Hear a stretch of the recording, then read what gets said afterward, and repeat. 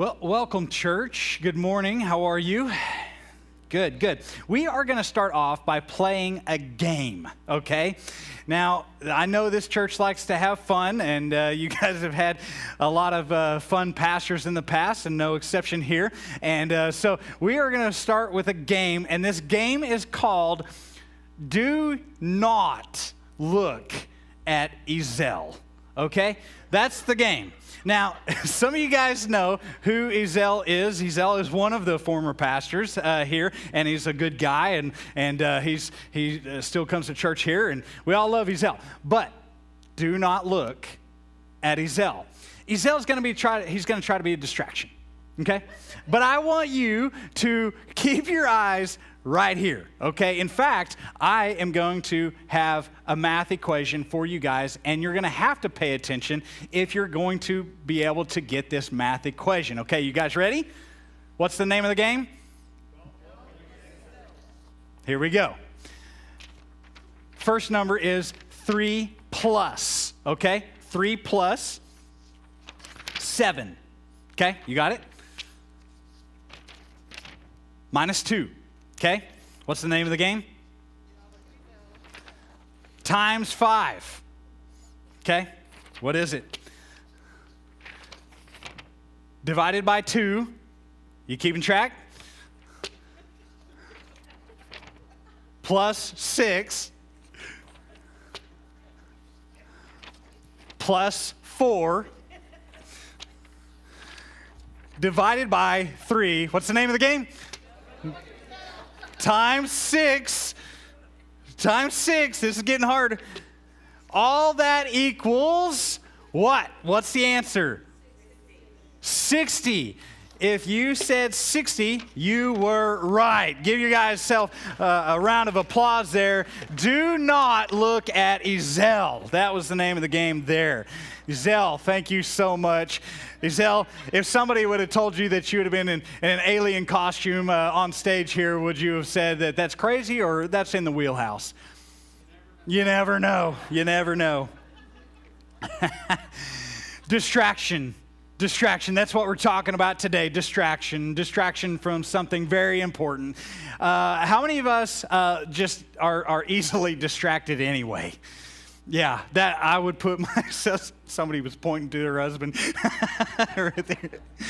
How many of us would say, yes, that's me? I would. I'm working away. I'm typing in a sermon here. I'm really trying to stay focused. But if anybody comes into my door, I am more than willing, more than happy to be distracted and talk to that person. I need to really be able to get focused and stay focused. But I love to be distracted.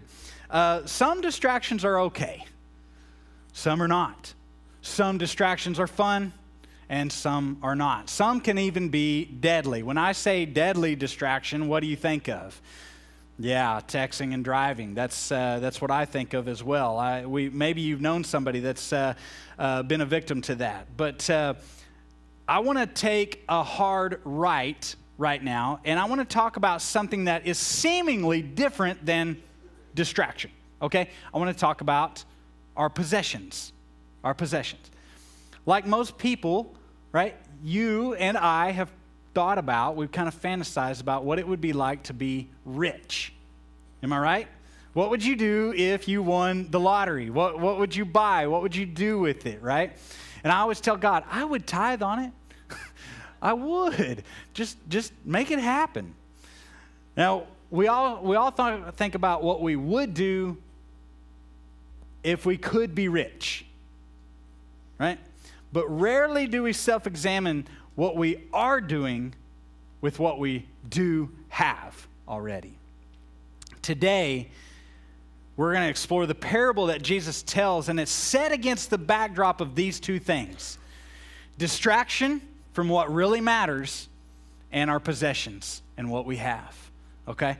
Possessions and wealth can distract us from pursuing what really is valuable in life. So, if you got your Bibles, I want you to open them up to Luke chapter 12, okay? If you got your phones or whatever it is, open them up to Luke chapter 12. Of course, it'll be on the screen as well. But Luke chapter 12, Jesus tells a parable, but there's a reason why he tells it. Now, you got to remember, he's teaching the people, and it says before this that thousands upon thousands were gathered to come watch him speak. There's a lot of people here, okay? And this is how it begins in Luke chapter 12, and then in verse 13. Look at it.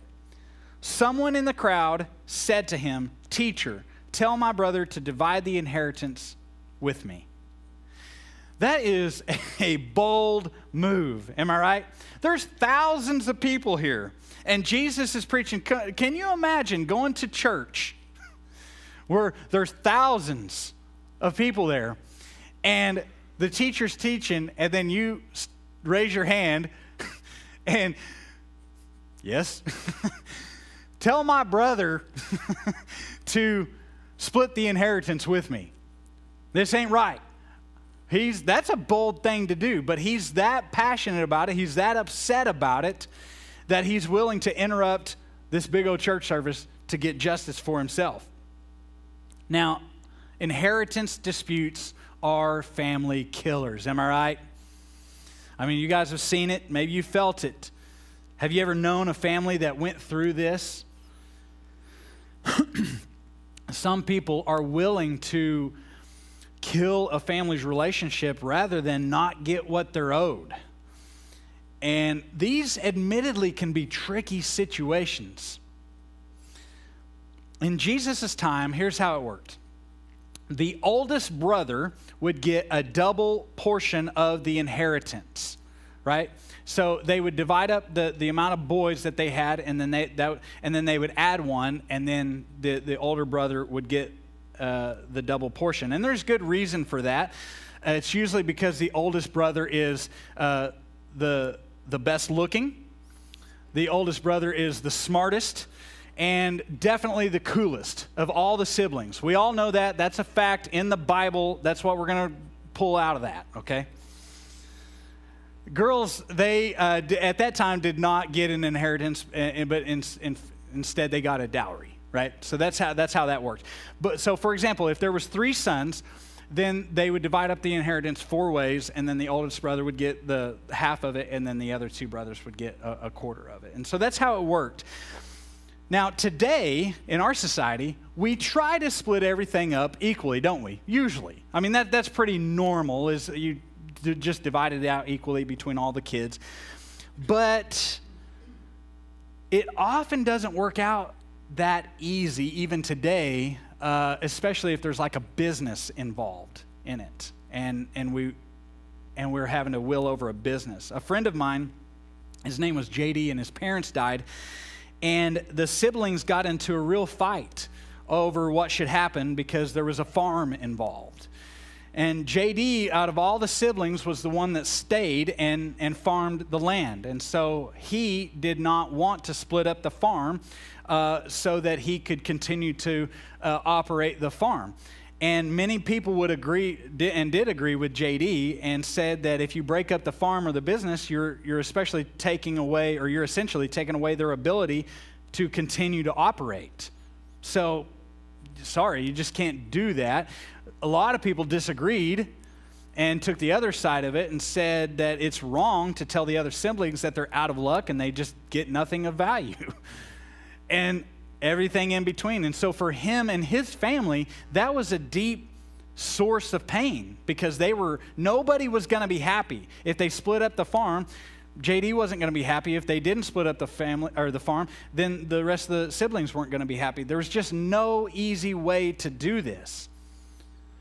And I just want to take a little aside to say in our wills, when we're thinking about this, we need to think about those things and do what we can as peacemakers ahead of time to make sure that everybody understands what's happening.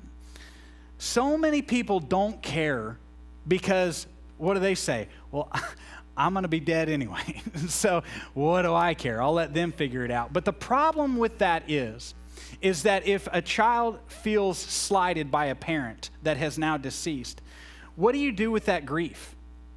What do you do with those emotions that you feel as their last act, your parent has slighted you? There's no reconciliation there. There's nothing, there's no resolving that. It just hangs there. And I've seen people really be messed up through that stuff. So this guy, he comes to Jesus and he asks Jesus to weigh in.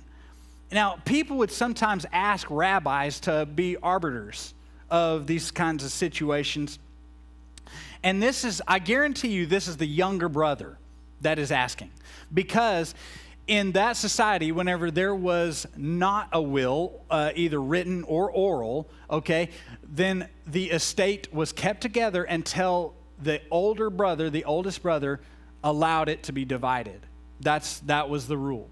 And so this is no doubt the younger brother saying, hey, he hasn't done that. He's keeping it together, and he feels a sense of injustice here. But the problem was this guy wasn't asking Jesus to be an arbiter. He wasn't asking him to be a judge. He was asking him to be an advocate. He already told Jesus what to do. A lot of people would come to Jesus and ask him questions. What do you think, for better or for worse? But this guy's he's not asking him a question. He's telling Jesus what to do. And that's a different kind of a situation. There may be a proper ruling here. But Jesus wanted them to ascend to a higher place. Because we can get distracted by this world. Because this world is not our home. So look in verse 14. It says this. Jesus replied, man, who appointed me a judge or an arbiter between you? Then he said to them, watch out, be on your guard against all kinds of greed. Life does not consist in the abundance of possessions. Now, if there was a real issue of justice going on here, Jesus bypassed it, and he did not go there, no doubt to the disappointment of this guy who asked. Instead, the guy's like, hey, look, I didn't ask for story time. I asked for justice here. And Jesus is going to go into a story. But Jesus, I want you to hear this. Jesus is really interesting that Jesus says here, he says, man, who appointed me a judge or an arbiter between you? If you are somebody who has been recently studying the Old Testament and read Moses and his whole thing, you're going to remember, and certainly those rabbis that were in the crowd, they remember. This is almost word for word what was said to Moses. Whenever Moses, he goes, there's two Hebrews fighting each other the day after he had killed the Egyptian for whipping the Hebrew, remember? And there's two Hebrews fighting each other. So he goes, and of course he's disappointed, and he goes and breaks it up, and he says, hey, what's going on here? And they turn to him and they say, who appointed you judge? And so where Moses was willing to step into this judge seat, Jesus has taken the opposite approach and saying, no, I am not willing to play the role of Moses as judge here. He wants to go to a higher place. And so immediately he says, here's the reason that he's going to tell this parable. And he says, watch out. It's a warning. Watch out, man. Watch out. And he says, be on your guard against all kinds of greed.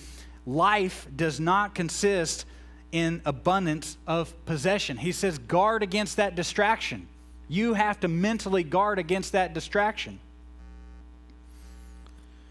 Now, the heart of the matter is greed.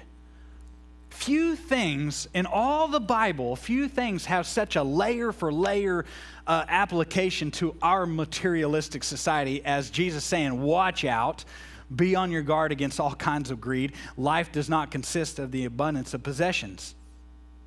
Now, when he says the word here, life, he says, be on your guard against all kinds of greed, life. That Greek word, what Jesus said, that Greek word is Zoe, is Z-O-E, Zoe. It's the word for life.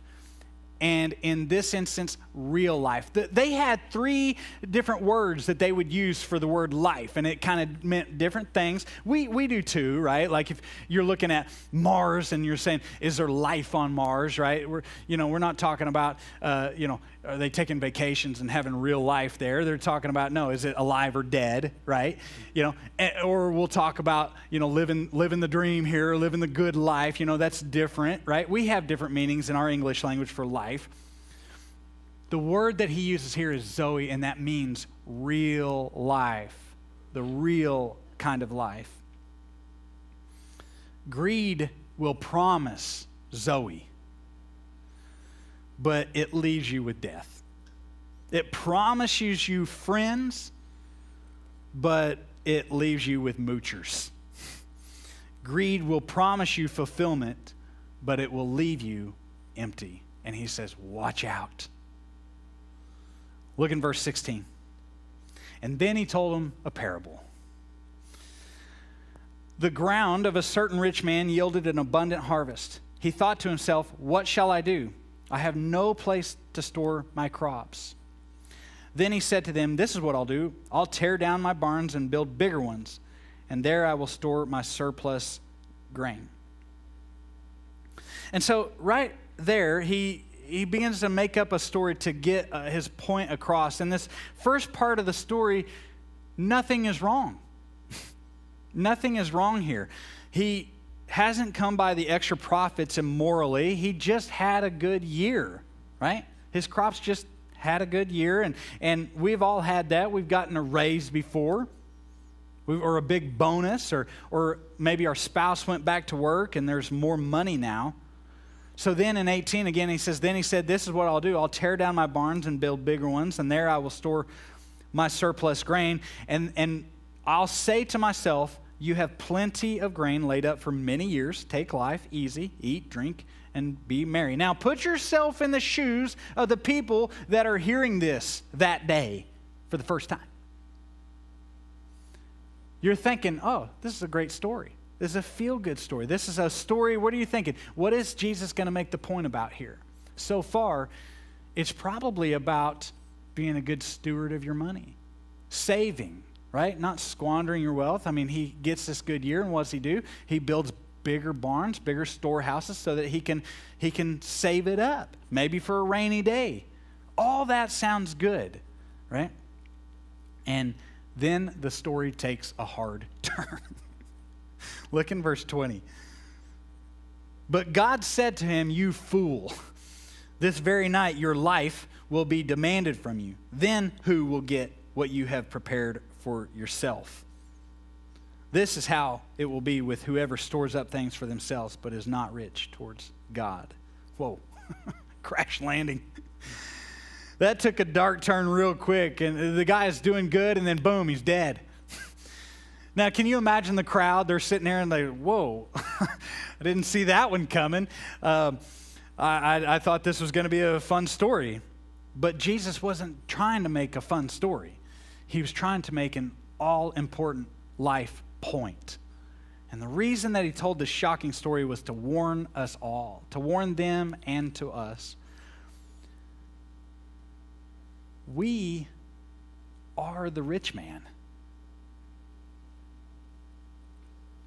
And the same thing can happen to us.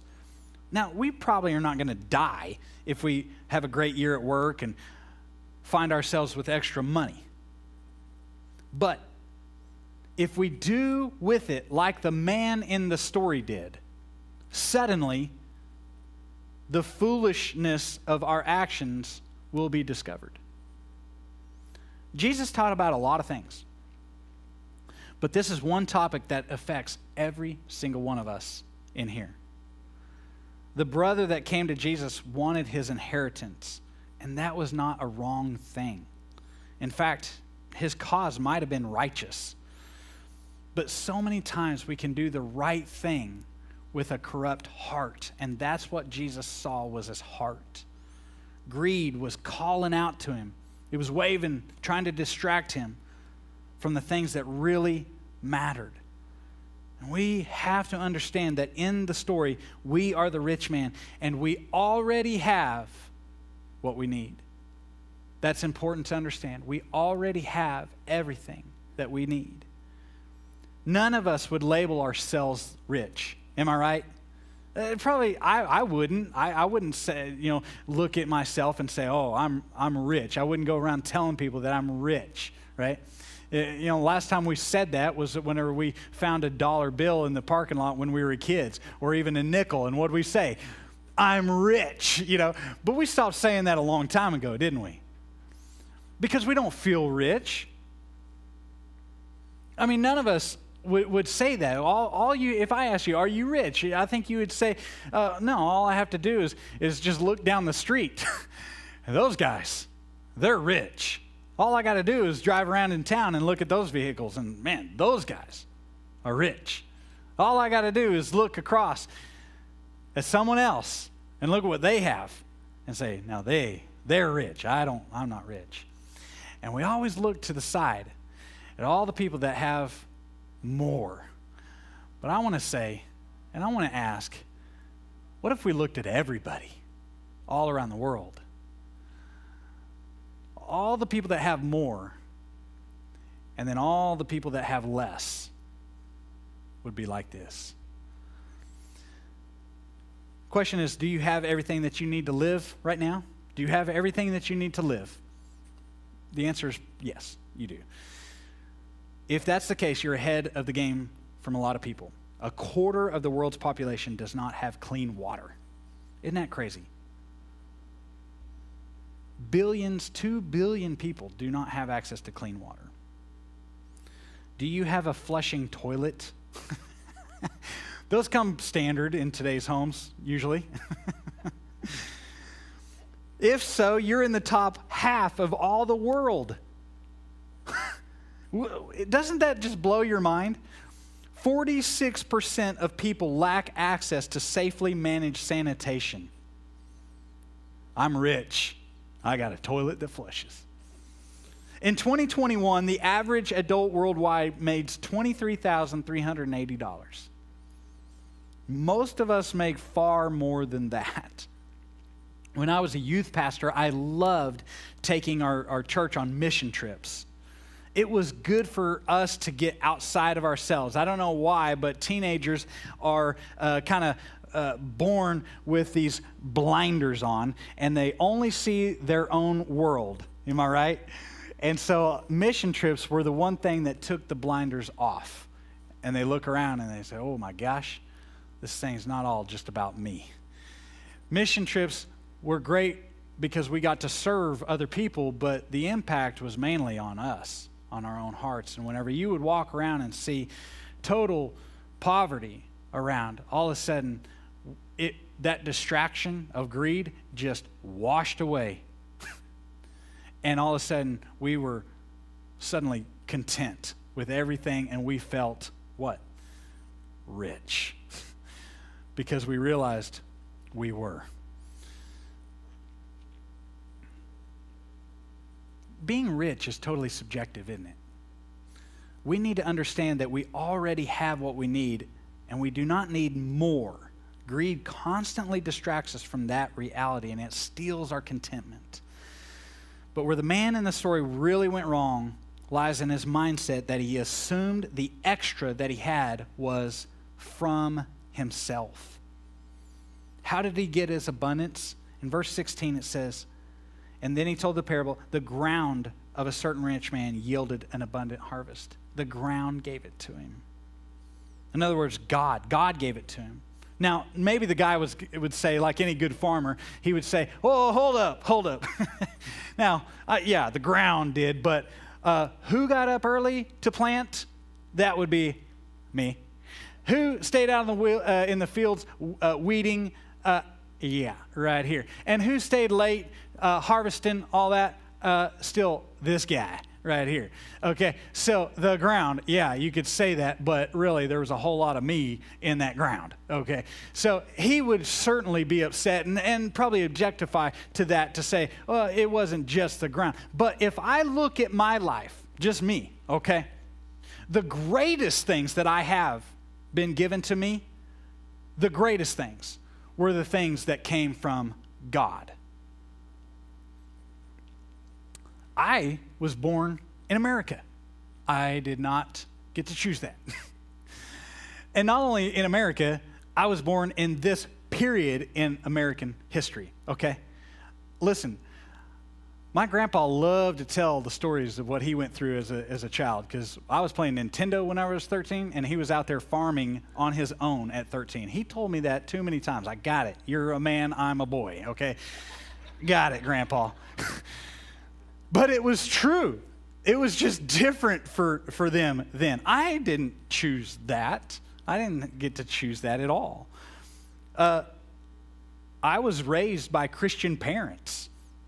I had no bearing on that. My mom and dad, when I was born, they were not following Christ. My mom and dad got divorced, and then my dad got custody of me, and he remarried a Christian woman, and she said, we're going to church. God bless her, right? And I was raised in a Christian home from the age of 3 all the way till now. I didn't choose that. God gave that to me. I was married to a remarkable woman. She visited our little startup church when I graduated Ozark Christian College, went out to California, the land of fruits and nuts, and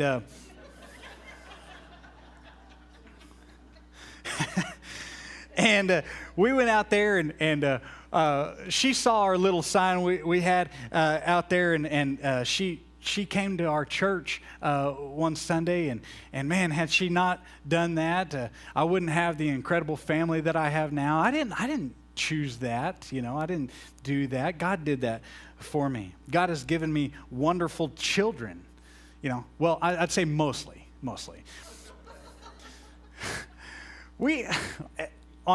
Every day, Taylor, our worship pastor, does these free workouts in the gym at 11 o'clock. And sometimes he'll have these warm-up movements, and we're doing this, and stretching out and everything. And my youngest son comes to these workouts, and he gets in there, and he'll do this. Like this. And it just totally destroys the mood. We're just trying to be in here working out, and this guy's over here hip thrusting and everything. So yeah, mostly, he's an odd one, that one. But all of life's best things did not come from me, right? God gave me those things. Now, I could object just like the farmer and say, hold on. I was the one that wooed my wife by taking her to McDonald's on our first date and try to take credit for that, but somebody else might say that proves that God had to intervene to make that relationship work. Listen, J.R. Edwards wrote this. This guy's folly, he says, his folly is his oblivion to God. There are many forms of pride, but the worst of them is to think that one has no need of God. He does not acknowledge the source of his blessings. Rather, he gathers to himself and serves himself, and as such is a practical atheist. Greed will tell you that all you have is from you. And it will distract you. It'll be over here in that suit waving at you, and it'll distract you from what you have. And if you have a hard time being sacrificially generous, it means that you do not have a proper perspective on where it came from in the first place. The man in the story also, and here's the last thing, he assumed that the extra that he had was not only from himself, but for himself. Does anybody ever watch the Great British Baking Show? I hate that show. But my wife loves it, and so I had to watch it several times. And there was one episode that I couldn't believe it. Sue Perkins was one of the judges. She's about to read the results, but one of the contestants, her name was Ruby Tando, she was convinced that she had won, so convinced that she stepped forward only to hear the name Frances Quinn's name being announced as the actual winner. That is so embarrassing, right? So embarrassing, but how this guy wished that the only consequence to his greed was embarrassment. Unfortunately, with greed, that is the smallest of consequences. Look how many times he talks about either I or my. Check this out. Just see what you hear. What shall I do? I have no place to store my crops. Then he said, this is what I'll do. I will tear down my barns and build bigger ones, and there I will store my surplus again. And I'll say to myself, you have plenty of grain laid up for many years. Take life easy, eat, drink, and be merry. That's in the English. If you read it in the Greek, in the original, there's even more. The word my shows up 4 times, and the word I shows up 8 times. In this one little paragraph, he says me or I 12 times. He is all about, he says it's from me and it's for me. He confused ownership with stewardship. The fault in his thinking was that this was all just for himself. And that is the definition of greed. The assumption that everything that we have is for our consumption. It's the assumption of consumption. Listen, we leave it behind, don't we? Nobody ever saw a hearse pulling a U-Haul, right? Now, sometimes I like to go pray, and I walk in the cemetery that's just right over there next to the church, and there are all kinds of headstones. Sometimes they're small and meek, and then sometimes they're big and impressive. And that gives us a little bit of a clue as to what they amassed in their life. But unfortunately, it doesn't tell us how they're doing right now, does it? In fact, I would be willing to bet that it's often the opposite.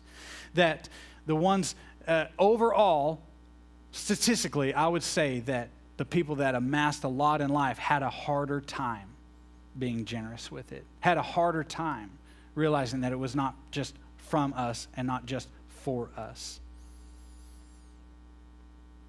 So what's the answer? What does all this come down to? 1 Timothy 6. Paul lays it out for us. And if you take 1 Timothy 6 and lay it right on top of this story, it goes like this. He gives us something to avoid. Watch this. 17. Command those who are rich. That's us. In this present world, not to be arrogant, nor put their hope in wealth, which is so uncertain. That's what we avoid. Avoid that. Then he gives us something to pursue.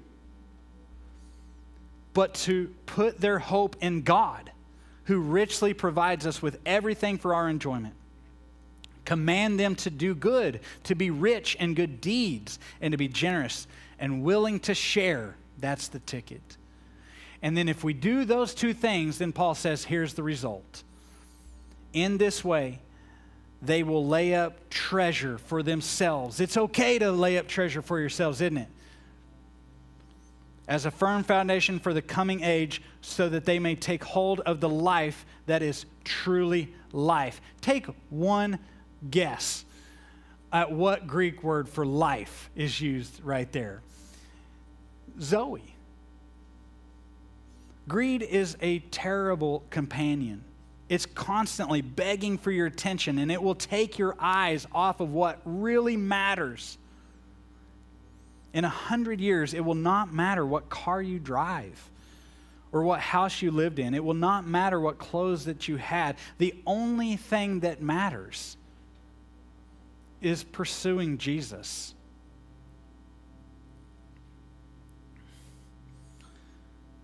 It's the only thing that we should give our attention to. And generosity is the antidote, the only antidote to greed. Jesus does not condemn wealth. He does not condemn your new car or your vacation that you took. He warns against hoarding it just to yourself. That's what he's condemning.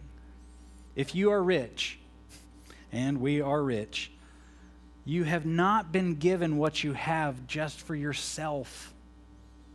To have Zoe and life to the full, we must be generous with what we have. In the end, we find that true life comes through sharing of our excess, because it is more blessed to give than to receive. Watch out. Be on your guard against all kinds of greed. Life does not consist in the abundance of possessions. Let me pray.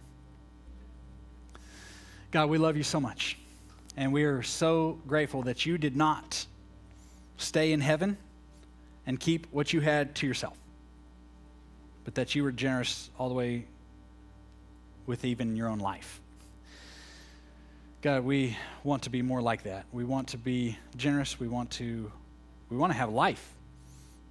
And I pray, God, that you would help us to see it for what it is. Help us to see what really matters. Help us to put our priorities on you and not on our things.